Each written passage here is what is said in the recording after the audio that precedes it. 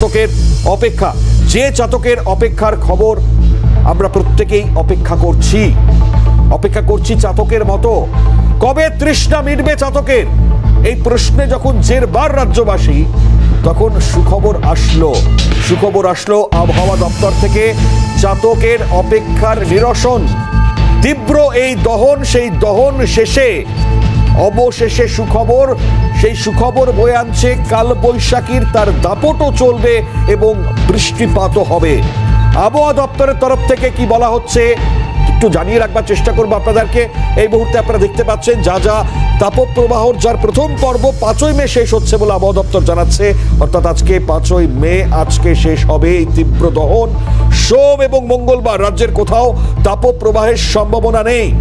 বঙ্গোপসাগর থেকে প্রচুর জলীয় বাষ্প প্রচুর পরিমাণে ঢুকেছে এবং ইনফ্যাক্ট ঢুকছে 50 থেকে 60 কিলোমিটার, তাই প্রতি ঘন্টায় ঝোড়ো হাওয়া বইবে সম্ভাবনার খবর জানাচ্ছে হাওয়া অফিস। দক্ষিণবঙ্গের 6টি জেলায় কালবৈশাখীর সতর্কবার্তা এই মুহূর্তে জারি করা হয়েছে।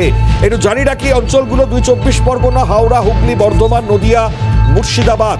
এবং সোমবার থেকেই আবহাওয়ার যে বদল, বাড়বে বৃষ্টি, সেই নির্দেশ আসছে আবহাওয়া দপ্তরের তরফ থেকে এবং ভারী বৃষ্টির সতর্কতা। মুর্শিদাবাদ, বীরভূম এই দুটি জায়গায় আপনারা জানেন তৃতীয় দফার ভোট রয়েছে, ফলত সেই জায়গা অবশ্যই জরুরি। উপকূলবর্তী অঞ্চলগুলোতেও অ্যালার্ট জারি 7 এবং 8। আর এই জায়গায় দাঁড়িয়ে অবশ্যই আমাদের অপেক্ষা, রাজ্যের মানুষের অপেক্ষা, তার নিরসন কতটা হয়, আবহাওয়া তার খামখেয়ালিপনা সম্বন্ধে আপনাদের প্রত্যেকেরই অভিজ্ঞতা রয়েছে। তো এই মুহূর্তে চাতকের অপেক্ষার নিরসন কতটা হবে, আবহাওয়া দপ্তর কি বলছে হাওয়া অফিসের তরফ থেকে, তাদের বক্তব্য শোনাবার চেষ্টা করুন। শুনুন। তীব্র তাপপ্রবাহের সম্ভাবনা থাকছে পশ্চিম বর্ধমান, পশ্চিম মেদিনীপুর।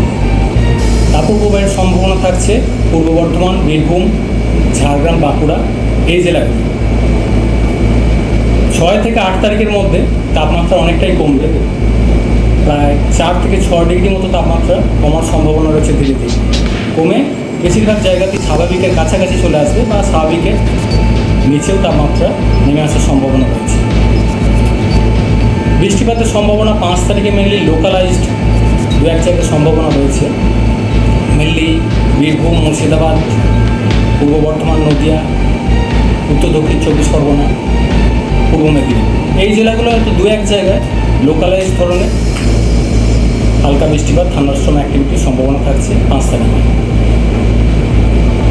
6 থেকে 7 তারিখ ইন্টেন্স স্পেল হওয়ার সম্ভাবনা রয়েছে দক্ষিণবঙ্গের জন্য।